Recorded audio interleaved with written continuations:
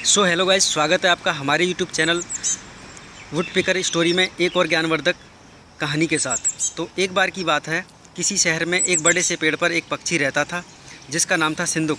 सबसे चौंकाने वाली बात यह थी कि उस पक्षी का मल सोने में बदल जाता था।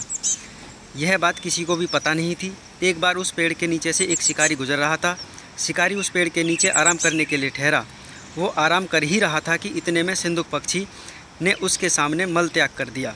जैसे ही पक्षी का मल ज़मीन पर पड़ा, वो सोने में बदल गया। यह देखते ही शिकारी बहुत खुश हुआ और उसने उस पक्षी को पकड़ने के लिए जाल बिछाया। सिंदूक जाल में फंस गया और शिकारी उसे अपने घर ले आया। पिंजरे में बंद सिंदूक को देख शिकारी को चिंता सताने लगी कि अगर राजा को इस बारे में पता चला तो वो न सिर्फ सिंदूक को दरबार में पेश करने को कहेंगे बल्कि मुझे भी सजा देंगे। यह सोचकर डर के मारे शिकारी ने खुद ही सिंदूक को राज दरबार में पेश कर राजा को सारी बात बताई।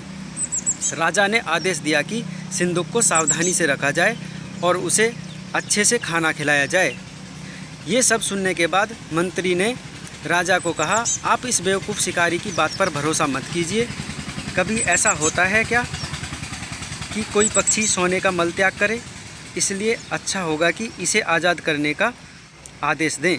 मंत्री की बात सुनकर राजा ने चिड़िया को आज़ाद करने का आदेश दिया। सिंदूक उड़ते उड़ते राजा के दरवाजे पर सोने का मल त्याग करके गया। यह देखते ही राजा ने मंत्रियों को उसे पकड़ने का आदेश दिया, लेकिन तब तक वो पक्षी उड़ चुका था। उड़ते उड़ते सिंदूक कह गया, मैं बेवकूफ़ था जो शिकारी के सामने मल त्याग किया।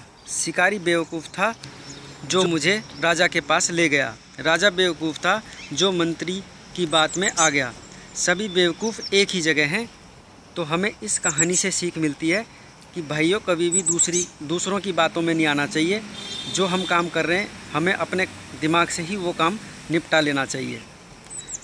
अगर आपको ये स्टोरी अच्छी लगी है तो हमारे चैनल को लाइक, शेयर और सब्सक्राइब करें और इसी तरह की और इंटरेस्टेड कहानियों के लिए हमें बहुत ज़्यादा सपोर्ट करें। थैंक यू, धन्यवाद।